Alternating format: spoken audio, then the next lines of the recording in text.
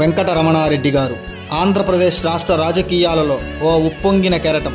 1968 మే 5వ తేదీన ఆనం భక్తవత్సలరెడ్డి, ఆనం శైలజారెడ్డి గార్ల ముగ్గురు సంతానంలో ఒకరుగా నెల్లూరులో జన్మించారు.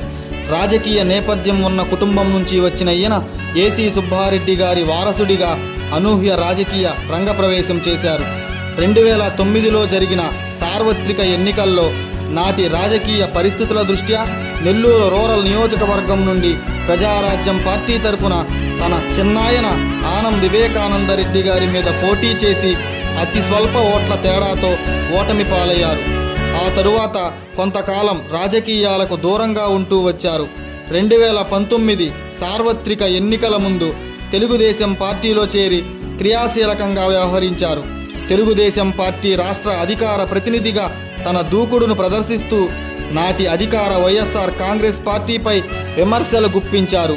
2024లో జరిగిన సార్వత్రిక ఎన్నికల్లో ఎన్డీఏ ప్రభుత్వం అధికారంలోకి రావడంతో 59 మందితో కూడిన నామినేటెడ్ పోస్టుల 2వ జాబితాలో ఆక్వా కల్చరల్ కార్పొరేషన్ అథారిటీ చైర్మన్గా నియమితులయ్యారు.